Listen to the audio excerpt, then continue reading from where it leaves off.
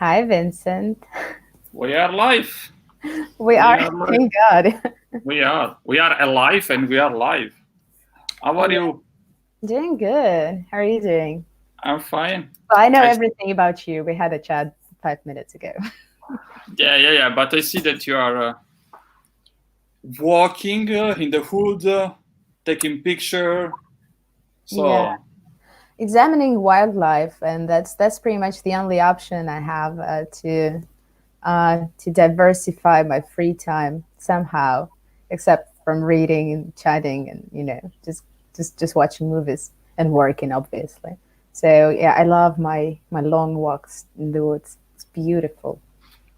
I heard that Bojo tomorrow. No, on Monday. No, tomorrow. Tomorrow, yeah, tomorrow Monday. I'm losing the connection with the real world sometime. So Bojo tomorrow will be on place, back on Could duties. could be, could be. Well, we hope Yeah, so. yeah. I mean, just to analyze a bit of social media, no, to continue a bit. It was funny because when he got ill, despite that there is this tension between UK and especially with him and Russia, all the Russian media, all the social network were nearly praying for him. So it's like trying Yeah, to analyze politically this, no, but there is a reason why in terms of politics, because Russia and the UK, they are more similar than we think. So what do you mean here? Okay, well, first, I think there was a huge scandal of the news coverage of Boris Johnson being ill, but yeah, when the Russian media would, they announce are this both this politically announcement. they are both politically pragmatic country. No, Well, no, no. I mean, which country look, is not? no, come on. Well, well. Several countries they use rhetoric Mhm. to. So the UK and Russia, they are quite pragmatic on that. So, but Let's let's switch to a talk, good bright let's side. just Let's do nice yeah. talking. Yeah, Look, so you looking. since that 2013, 2015, you have been researching about the virtual love. So That was my topic. the magic virtual box called Tinder. What can you say about this? Well, I can say a lot about Tinder. If you just leave me here, I can start talking and continue for hours, starting with the history of online dating and ending up with whatever is happening with us when we go there and open our profile and start looking for potential partners. But yeah, with the background, I first downloaded myself dating app back in 2014, and it was Tinder. So Tinder was my kind of my first experience with the online dating, the proper one, I would say. So the experience I was stuck with for years. So it's been what? It's been 7 years now.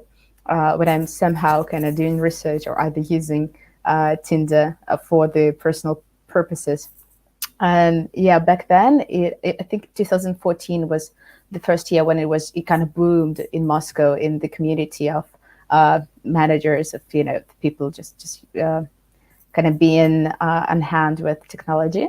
So yeah, it was a lot of fun. I remember my colleague coming to the office, and she was like, "So a friend of mine, she downloaded Tinder, this application, and now she goes on dates every day, and she has a lot of fun there." So everyone just like went there, and it was beautiful. Tinder back in 2014, 2015, it was amazing.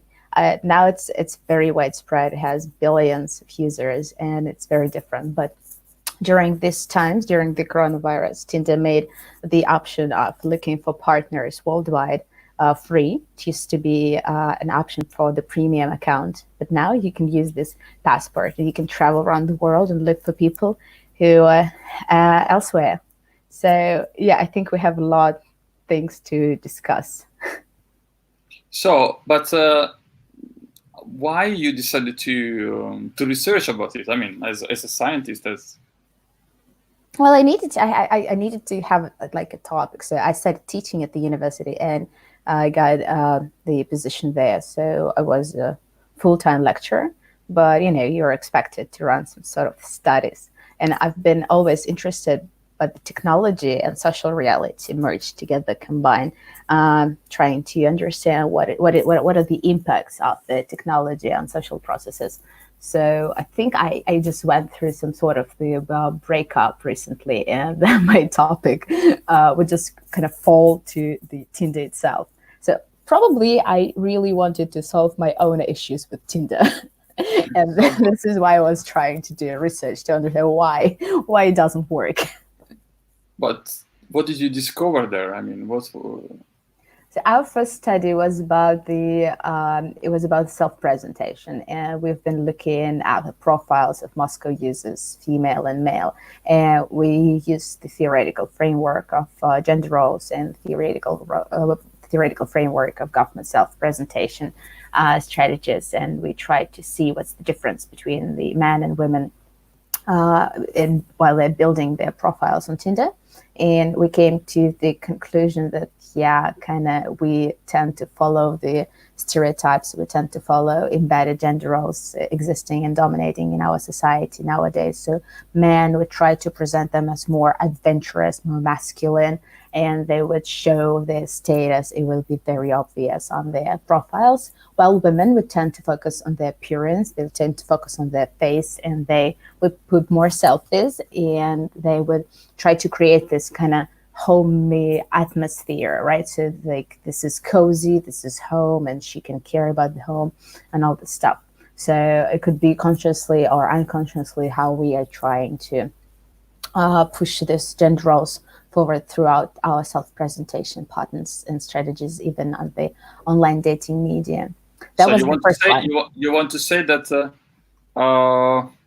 Moscow audience, female Moscow audience, try to push on the in a way that they are like a good housewife. Pretty much, Or, yes.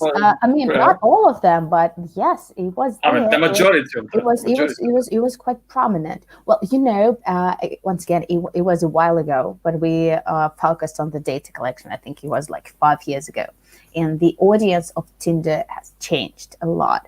And yeah, so people are different, and the practices of online dating are different. But we always want to. We see what we really want to see. We see what we're looking for. So when you are on Tinder and you're just scrolling and trying to do your research, you would focus on the types of people you expect to see or you want to see there, right? So I remember myself just scrolling through profiles of men and women about, I think I was 2 years ago, and that was when I realized how much the audience changed, and probably it became more diverse. But at the same time, with this diversity, the kind of layer of the conservative people also increase. So the audience just increase itself, and we never know how the algorithms work and who's going to be there, who we're going to see. Do you have? Yeah, did you analyze the algorithm in some How way? could Because you? the question, no, Yeah, Tinder does not share the algorithm, so I because mean, but as far as I know, as all the social network, because I think you can register with your email or with another social network account. Yeah. on Tinder, yeah, but before that, it was synchronized with your Facebook profile, and Yeah. So now you can do it with your phone number, and also you need your email as well. So they make the process of authorization a bit more complicated. don't you think that the match can be connected with also the profiling that you have on Facebook? I mean, this neuropolitics and all these things come back every time on We me. have a whole bunch of talking behind this because, first of all, yeah, it would make sense.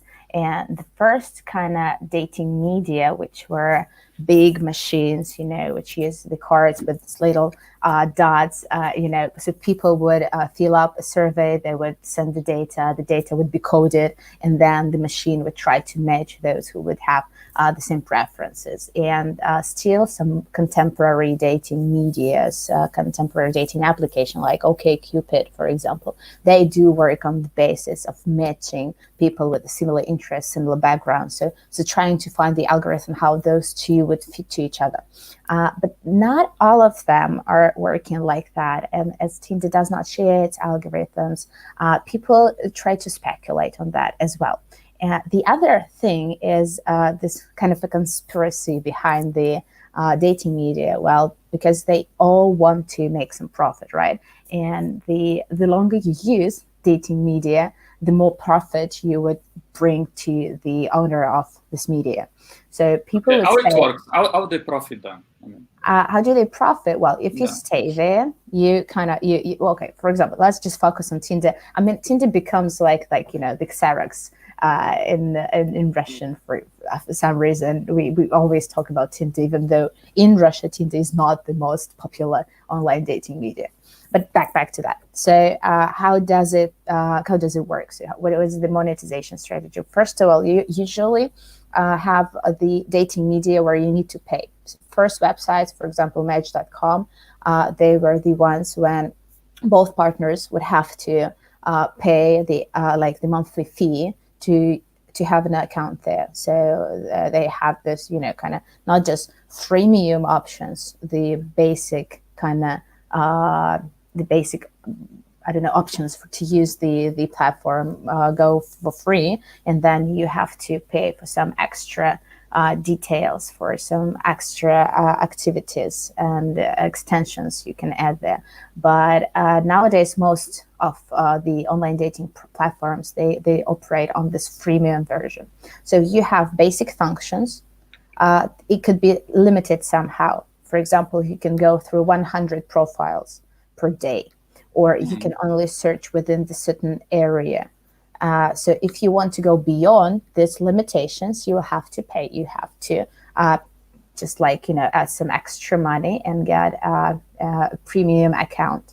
The second thing is advertising, of course. And advertising works the same way. So the longer is the time of usage for a particular user, the more ads this user is going to be exposed to. And this is the way how dating media monetize themselves, like two basic ways. So, people have been saying in a lot of kind of media talking beyond that, we go that dating media try to match us with people who are incompatible to us. So we would stay there for longer, and therefore we will be able to bring them more profit, more money. But can we go back for a second? Because I told my story. What's your story? Have you ever had a dating profile? A month. A month. Okay. A month, because I can't say who. I can't say who because it's a privacy matter. Yeah. Okay. A friend of mine asked to download using my Facebook profile Tinder, and then for a while he was connecting with my things, and then I received some notification, and I said, well, what is going on? And my friend started to say, answer please, because he left Moscow, and for a while, and I can't connect here, I don't know what's going on. And then I used for a while, pretending to be my friend, but then I say, okay, go hell. I will close all this chat, and I use for a month. But I'm not that keen. Of the functioning or all these things. I use for a month, and then that's it. But I was always interested how it works. Yeah. And I'm interested to understand also. Yes, Tinder is not the only one, as far as I remember, no? Because there are several. But do you have any data regarding the average age for example, of Tinder users? Well, the average age would be the average. So it would be like between the 20s. So the audience of the Tinder would go a little bit younger, at least in Russia, over the past years. So before that, it would be people in the mid 20s, 30s. Now it's just like switching as more and more users, like millennials and the Z generation, they start using online dating media, and it's much easier for them. They don't have this perception of kind of stigma around the dating media. So young people, they feel better using online dating, and this kind of creates this shift towards the younger population in general. But at the But same time, just recently, I had a story of a friend of mine here, and her name is Carrie, and she's 70 years old, and she told me a story about her friend being pretty much the same age, going on dating media. It was not a Tinder, it was some dating website, something like eDarling, whatever. So she went there and she found herself a boyfriend when she was 17. So audiences are very different. Tinder is a little bit different. So the audience of Tinder tend to be a little bit younger, because first of all, it was a dating app as it was kind of released initially. It was not a website before. So they launched as a dating app, which would attract the younger audience, those who are more ready for experimenting with different technology. And therefore, it's still like the most convenient, and the media coverage was really huge for the younger kind of populations. So I would say that the audience of Tinder is generally younger, and would be around like 20 to 30 years old, with the the skewness goes to that way. This let me think something. Do you think that they use only as a virtual reality? So I mean, they keep chatting and they do not meet. Or they really then finalize the purpose of this platform. What do you mean, in general or during the coronavirus outbreak? No, in general. Then we will focus on coronavirus. Oh boy, yes, of course. People make very good connections on Tinder, and like I have a bunch of friends, I have a bunch of ex-partners I met from the dating media, and this is just a beautiful, amazing place to find new people. So yeah, the usage it varies, and depending on the country, people tend to use Tinder or other dating media a little bit differently. So most of them would come to the dating media with motivation of either sexual relationships or just romantic relationships. And also people go there to find friends, to have some occasional conversations, to boost their self-esteem after the breakup. One of the very important, like curing kind of qualities of dating media is that it really helps to boost your self-esteem. You are being immediately exposed to the huge number of people, and you would inevitably get some amount of likes, right? So even if you would feel about yourself really badly, you would have this sense of kind of curing that you're still attractive, that people like you, people would love to chat to you. So yeah, it feels really good for them. So boosting your self-esteem, finding the traveling partners, right? When you go traveling and you want to get some tips from the locals, you just start searching within the area where you're at, and you have this immediate chance to meet someone and go there and have pleasant time, get to know the local places a little bit better. Some people are looking for, I don't know, work partners, employees, people renting rooms from their apartments on Tinder. There are multiple users. And of course, as you're a foreigner, in Moscow, I bet when you use Tinder, quite many crushes would just happen, not just because you're an amazing person, right? And very interesting personality you have behind your wife's face, but they want to practice language. Languages, right? yeah. So people just go and be like, hey, can we speak Italian? Yeah. No. Keep going.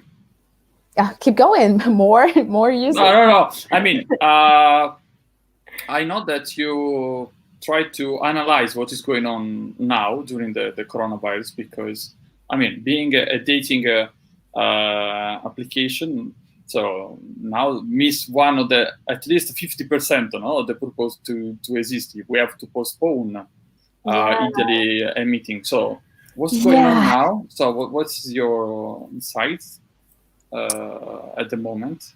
Oh, Vincent, that's beautiful. What's going there? It's beautiful. Well, first of all, we need to talk about our emotional state and the social interactions in general.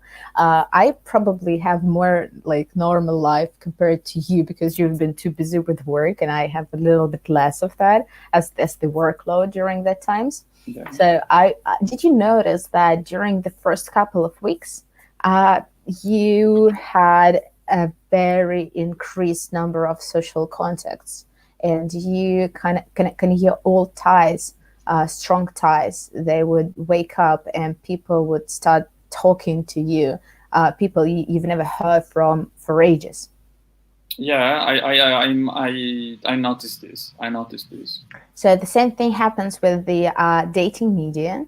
So quite many people would go on dating media to find new conversations. And as some of my informants would notice, that people actually do start texting their ex-partners. So many crushes, many matches from the Tinder from ages ago, they would just wake up and be like, so how are you doing? Tell us what's new. So I remember myself for the first week, I would start talking with my classmates. So people from the school, I graduated years ago. Okay, so it was long time ago, and we have not talked, I don't know, in years. And now these people are still approaching me, and I was very happy. I was initiating this context as well. So we all been looking for this kind of social comforting, and the dating media was one of the escape ways. So after you fulfilled your need in the conversation with those people you already know, and you are aware that they all are doing safe, so you know that your matches from the Tinder from 2 years ago, they're all doing fine, then you would go and start looking for the new ones.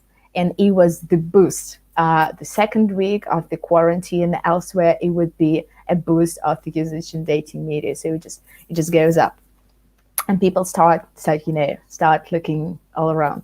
And as I mentioned before, Tinder, among the other dating media, they made this passport option the opportunity for you to search not within the certain limited distance from yourself. So it's a geo app.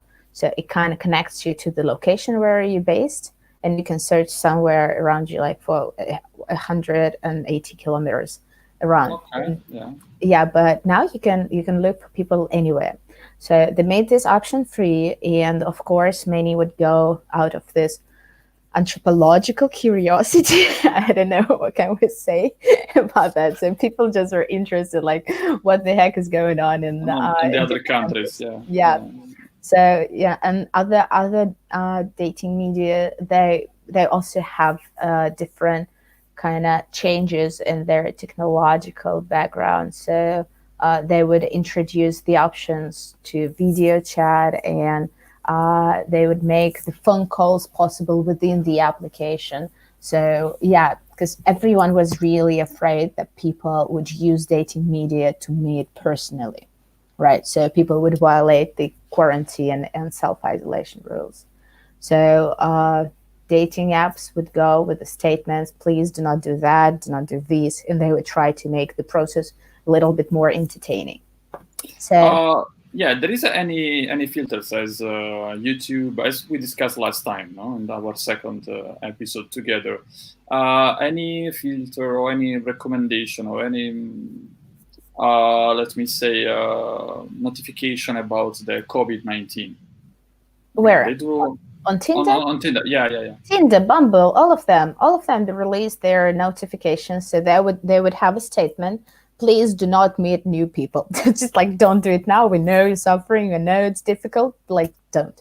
And people within the dating media, they've been behaving differently. So the respondents I talked to, they would make a claim that quite often they would be proposed to come over to these people to violate the quarantine rules, to have some time together. Because, well, the main function of dating media is not chatting online forever and getting to know you in the mediated environment. The main reason of the dating app is to see you in person, to have a relationship with you, or if it doesn't work, just at least to have sex, right? So these are three main reasons why people would go on dating media, and that was the major motivation for them.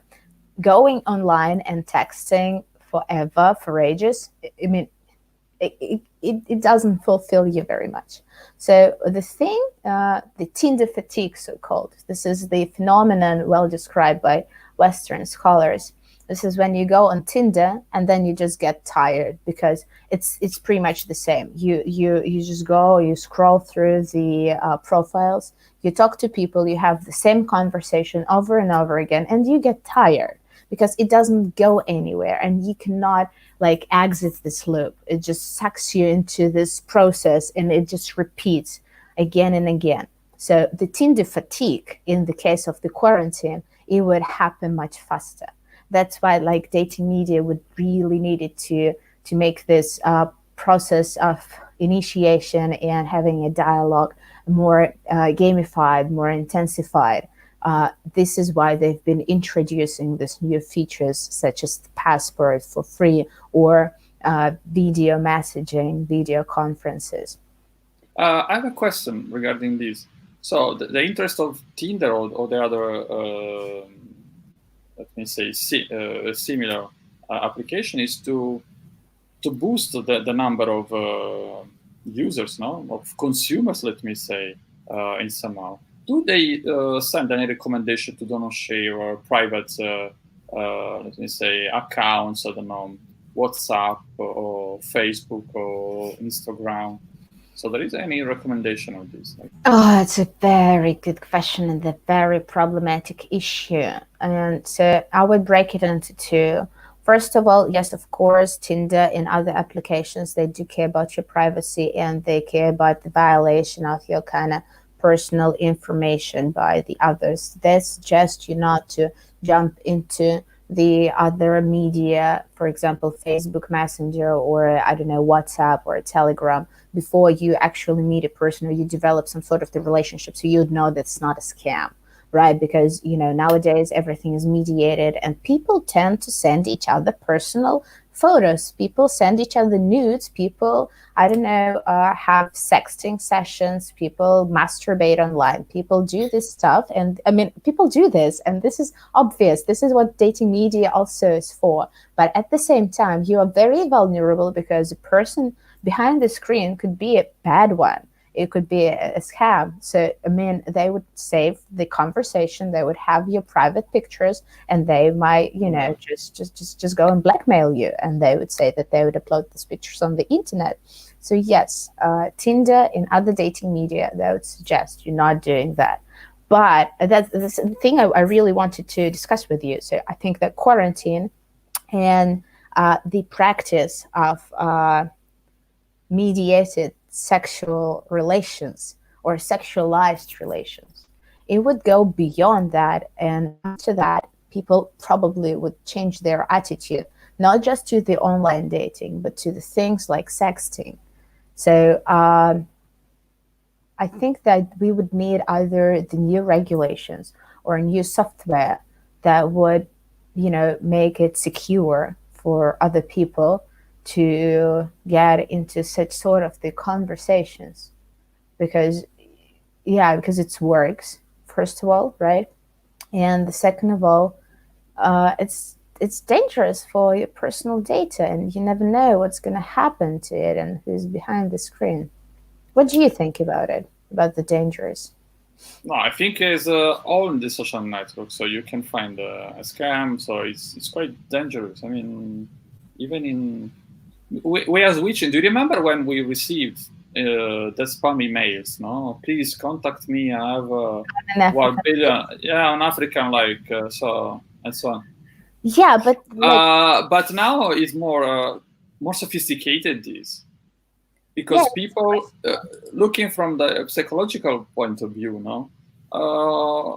the virtual reality, people is looking for feeding his own ego. I mean, because the system of likes, the system. So we look for likes, and I think that I don't know if you heard about this innovation that Instagram would like to set up in the near future to do not show anymore the likes that you receive to other people. So, I mean, you see who who's a like for you, who liked your picture or and so on, but will not be allowed to other users.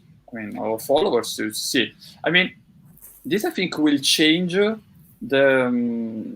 the media. world. Yeah, the social media. Come on. Yeah, but like, I mean, this is a bit two different things. I was a big fan of this kind of cancel culture for likes. I mean, just get rid of likes on the Instagram. I was a big supporter, and I was very unhappy when I did not fit to this sample of users who would test this new feature. I really wanted to have an Instagram without likes, and I think it's a very good thing. Like, absolutely good thing. I don't know how like creators gonna monetize and their content, and what impact it's gonna have on this digital business. Probably it would have a very big impact, but at the same time, like as a user, not as, as the one thinking about, like, the overall faith of humanity and what's going to happen with digital businesses. I would say that it would be very good for personal use, right? So you can make up your mind. You do not chase the number of likes, and you just feel much better.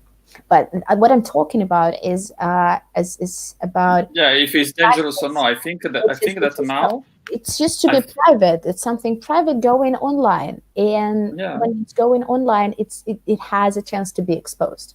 So is this potential exposure, gonna change us somehow?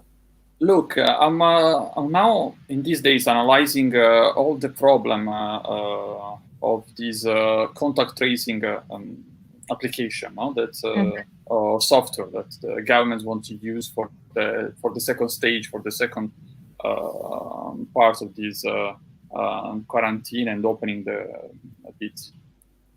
doors of homes and flats, no, for people. And for me, it's hilarious when I hear comments that they will what's the privacy? We is challenging for our private life and so on.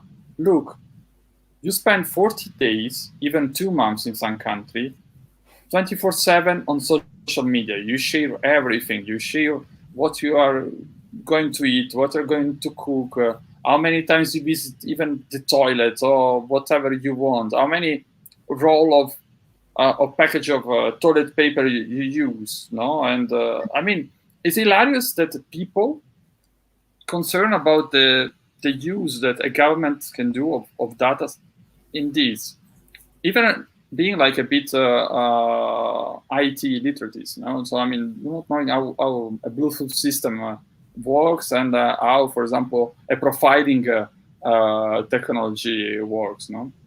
I mean, it's very funny, and I think that I saw several articles connected with the neuroscience and social media that became more dangerous to use social media in a time of psychological concerns.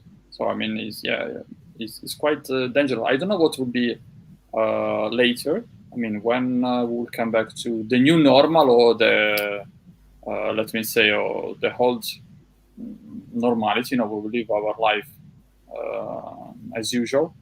So this is a question that I would like to ask you. What do you think? People will decide to use less social media, social networks, or will keep sharing how is my new life, how is my new normal? What do you think? Well, I think that, yeah, people will continue using social media, and they will continue using it more. And I'm pretty sure that the usage of dating media would not drop. I think it's a big time for Tinder and all the other dating media platforms. So they would not be stigmatized, and people who never had an experience of that, they probably have already had it now, and it would be more and more widespread. But I think that another industry is gonna be booming soon, and there's gonna be this digitalized sexual kind of activities happening between different people, because there are right now like sex parties going on online, and there is, people do sexting. So I think it would go even more intense. So I think it's going to be a widespread practice of people having, the new way to please themselves and to have quality time with other people using mediated technology. But at the same time, we really want to think about the possible consequences, about the ways how our data would not be shared with those we don't really want to share it with, how we're going to stay, secure with everything we're doing, and who's going to be providing us with it, right? And what's going to be the consequences if we fall into this trap? Like, who's going to protect us? What is the legislation which would help us to apply it in a difficult situation? So it just raises quite many controversial questions, and we want to have the answers for them for sure. So people would go on social media, people would go on dating apps, people would still meet new people would continue on texting and sending each other nudes. People would have crazy sex parties online in the recent years, I'm pretty sure. But I hope that some sort of the technology and legislation would be developed for that. I have a couple of questions before to let you go to have your daily walks in the on Sunday, my daily Sunday work. You can, so enjoy even for me. I saw that in these days, two new social networks are exploding. One is TikTok, with these like 1 minute shots, video and so on. And the second one that I was surprised, and today I tried to open my own account, but I don't know how to do that. I don't understand anything about is Twitch. So what do you know about Twitch? Oh, I know. I used to like work and help a little media project, and they would. So can you help me with Twitch, because I know that I could have a good audience. Oh, you will have a very nice audience. Streaming on Twitch is much better than streaming on Facebook, I'm pretty sure. And yeah, it's a lot of fun, but you would need to pay a little. Well, so the Twitch is the platform which was. So consult me for free in 5 minutes. Consult me for free 5 minutes. I will. Should we do it after that? So but like this is absolutely different things. Twitch is for gamers originally. It's for gamers. Yeah. But now they have this just chatting kind of thing, so I can put on your camera and start talking, and people start listening. I was absolutely intrigued by this phenomenon, like why people would want to listen other people talking live, and they're usually not saying anything specific. They just say some very moderate things in terms of interest. But people do follow the. Well, first of all, it was the gamers they originally liked, but then they also go and join the conversations between people, and people tend to substitute, especially the younger audiences, they tend to substitute it with the traditional media. I mean, they substitute traditional media with kind of streams from the Twitch, for example. And TikTok, I've never been on TikTok. I have to do that. I'm afraid that it's going to be so addictive that I will never be able to go back to my real life. So TikTok is booming. It's crazy. And all this, 15-year-old millionaires, they are from TikTok mostly. Provides you with an opportunity to create some crazy content, which is mind-blowing in terms of its uselessness. And it's just fun. It's just pure fun, I suppose. Fun and creativity. What could be a question? So how did you like TikTok? No, I just following friends of mine that are sharing their TikToks on Instagram or Facebook. And then I saw that one of my niece, she's I think 14, 15, she's sharing on Instagram again and stories like TikTok feeds. I said, well, what's going on with these TikToks? And then I made a small research and I saw that you can share only 1 minute video. Yeah. Yeah, so it's like, you know, the Twitter was crazy when they introduced its post with what was it, 128 syllables in the very. No, 60. 160. I think they increased it. I think it was 128. I mean, it could be. I could be wrong. So No, 140. Sorry, it was 140 and then increased to 160. okay, so something in between. Yeah, So, but I mean, even like it was very short. tiny, right? Like, what can you say with that amount of syllables? Like, seriously. The same thing here. What can you say with a 1 minute video? Oh yes, you can say a lot. So it's like it's going more and more intense. Yeah. The intensification of the content we consume, and it's obviously it's not going to be very intellectual. It's going to be something just entertaining, and it has its audience. I have a last question before to let you go. What's going on with Periscope? So the video sharing of Twitter. I do not hear anymore. Do you remember? I forgot about it already. Yeah, I even forgot. But today I find out that I have my account there, and I can share this streaming even there. So. Yeah, I'm just going on Twitter right now. just just to see. What's going on there? I mean, I don't know. Can we do that? Yeah.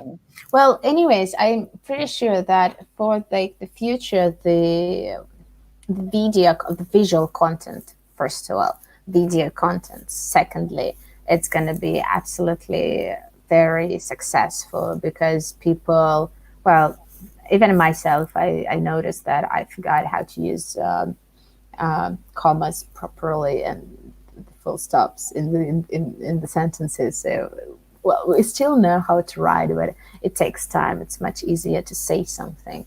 And as McLuhan was saying, well, in the very beginning, when we lived like in the tribal age, the ear was the main source, the main medium, how we consumed the information. And the other communication theorists, they would continue and they'd say that people are storytellers. So we love listening to stories. And when you put the story on a paper, it's different. It's different when you have a chance to listen to the story. So we love video and we love. I have the neuroscientific explanation of this. Go for it. No, I mean it's too long, but you know that more than between 50 and 70% of our brain reaction come from visual inputs, and our brain, especially our right part of our brain, that include also two components, the hippocampus and the amygdala, that are the parts of the brain that stimulate certain action and decision making, likes to be stimulated by storytelling.